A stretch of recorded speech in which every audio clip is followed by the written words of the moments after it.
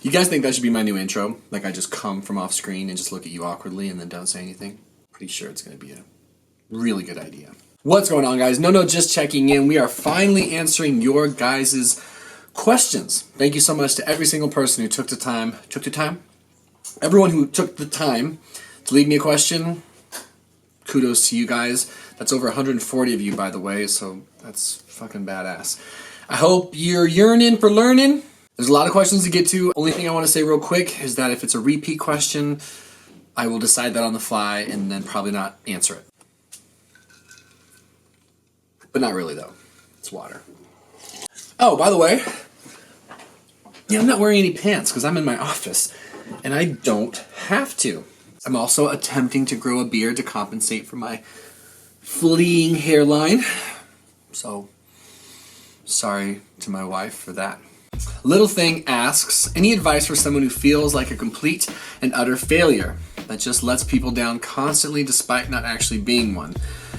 I think I would look at the end of your question and find some truth in the fact that you clearly know you're not actually a failure. So that's your inner voice. I think you may be mistaking feelings and thoughts for reality, or at least you're concerned with that. Another way you might buffer that is to talk to someone who has your best interest in mind and see what they think about you.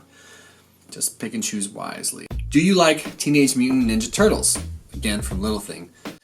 Yeah, I was pretty much obsessed with Teenage Mutant Ninja Turtles when I was a kid. Pretty sure I was Michelangelo. I just thought he was the cool, crazy one. Turtle power. 3 fingers. Cowabunga. Chase Film Game. What are some early signs of alcoholism?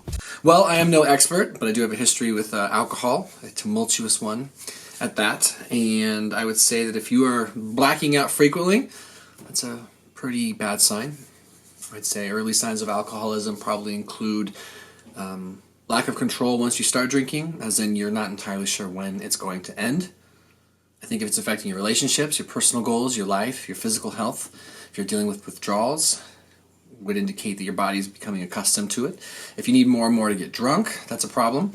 And let's just finish off with, if you try to stop and you can't even though you want to, it's a red flag. Brett Nance, did you try supplements for anxiety and DPDR, meaning depersonalization, derealization?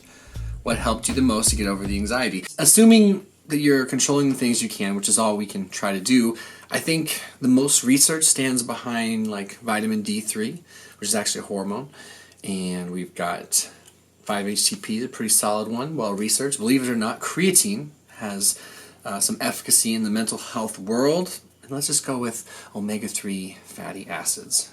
There's a lot more. So no, don't worry, I'm not hating on the more, the less common ones, but those are the big ones that I do believe in. I do still take every single day. Human Glitch asks, hey Noah, after how much time does the TRT, which is testosterone replacement therapy, for context, I'm on testosterone replacement therapy, hashtag my nuts are small, at what point is there no turning back? Well, I've been on TRT for 4 years, and something that's been on my mind a lot lately is my fertility. How is that going? You know, how badly will I be affected? Could an HCG or Clomid protocol, and then coming off the exogenous testosterone cypionate is what I take, could that lead to fertility so that I could have a child or something like that? I don't know, but that would certainly be an interesting video. Not me producing the sample per se, but the results. Borderline John asks, hey Noah, you talked about benzo addictions. Have you heard of natural remedies like GABA? Yeah, I take GABA. Sounds like it's working for you, which is great. He One Boy, where are you at with your TRT in general? Again, regarding the testosterone replacement therapy, look, I should probably say sorry to anyone who subs this channel for testosterone replacement therapy updates or informational videos or whatever I might stand to offer that could be of some value. I've just been focusing on my benzo withdrawal, my benzo taper coming off of the Klonopin, which is going really well. I owe you guys an update for that for anyone who cares. So once I get that finished, which I will soon, we'll get more into testosterone videos, I promise. Hang in there for anyone who's here for that. Jamie Gibbons asks, what kind of withdrawal symptoms did you get within the first few weeks of sobriety? I'd say after like this excited pink cloud phase went away within the first couple weeks, I started to notice a noticeable... I noticed an increase in obsessive thoughts, anxiety, depression, pretty typical things. You know, one of the things they talk about when you've been drinking heavily for a long time, then you stop, and I imagine this is the same for most drugs. There's like an influx of emotions and feelings, and dealing with them can be pretty overwhelming, dare I say, daunting and impossible. So, side effects of that often are mood problems, which can level out over time. Eliobet Avila, sorry if I said your name wrong. What is your ultimate goal in life? Ooh. I'd say to have my purpose meet my passion, and for me to be someone I can be proud of when I look in the mirror each and every day. Eliobet Avila also asks, if you had one thing to say for your success on YouTube, what would it be? For my relative success on YouTube, I think, I could probably chalk it up to doing it for the right reasons. I very much just wanted to reach people, see if I could help, certainly see if anyone could connect with me, and try to do something good, do something good. So I'd say that all together has led to some relative success, which I'm grateful for on YouTube. And, and I think about this all the time, like, man, I could be a much better YouTuber, and I hope someday I can get to the level of some of the greats on this platform who are just so professional and so consistent and so innovative and who get better, who are constantly evolving and improving as a YouTuber. One thing I figured out is how to be on camera. I mostly know who I am now and what I want you guys to see and how not to be fake. But there are levels of, format and professionalism that I could definitely aspire to gain. Fat Pumpkin, Fat Pumpkin asks, are there any anti-anxiety pills that I could take whenever I want? Yeah, they're not anti-anxiety pills like a benzodiazepine. I think there's like chewable GABA supplements, and I don't know how incredibly useful they are for like instant relief. I imagine sitting down and meditating for 5 minutes would be more useful, but I'm not a healthcare professional. But you can definitely look into it. There's a lot of things you can try. OG Ulster asks, how often will you be doing a Q&A? I should be doing it more often. I think in like my perfect world I was going to do one per week, but I'm fucking lazy. So I'm going to hope for more like one for every month. Next question from the same gentleman, OG Ulster.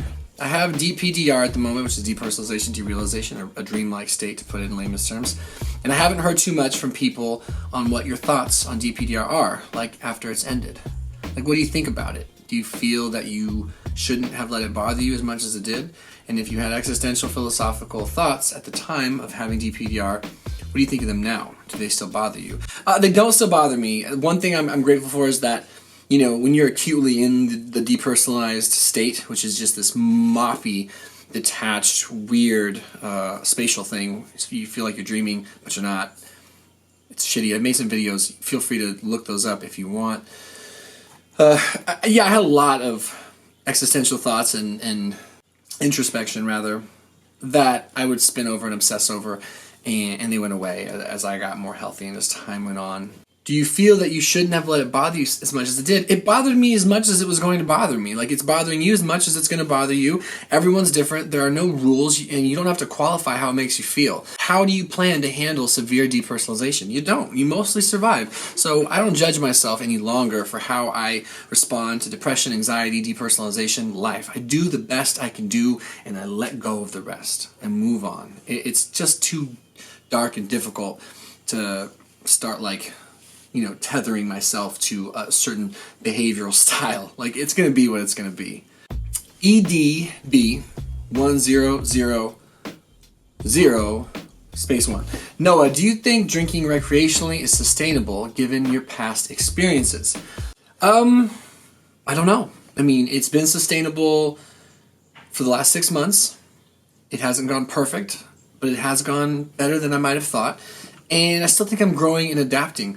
My past experiences are just those. They're in the past. And sometimes I can't determine if that's just my inner voice who wants to justify my behavior talking, or if that is in fact a tangible truth that people can change, people can adapt, people can have different relationships with substances. Some people feel that if you have a bad history with something, you'll always have a bad future. And I'm not even sure they're wrong. One thing I am sure of is that so long as I'm not lying, sneaking, and being sketchy about it, as long as I'm adhering to certain rules and principles to keep me safe, and I'm having a truthful dialogue with my wife, then I'm entitled to this research, if you will. I'm entitled to this experience, and I'm at peace with that.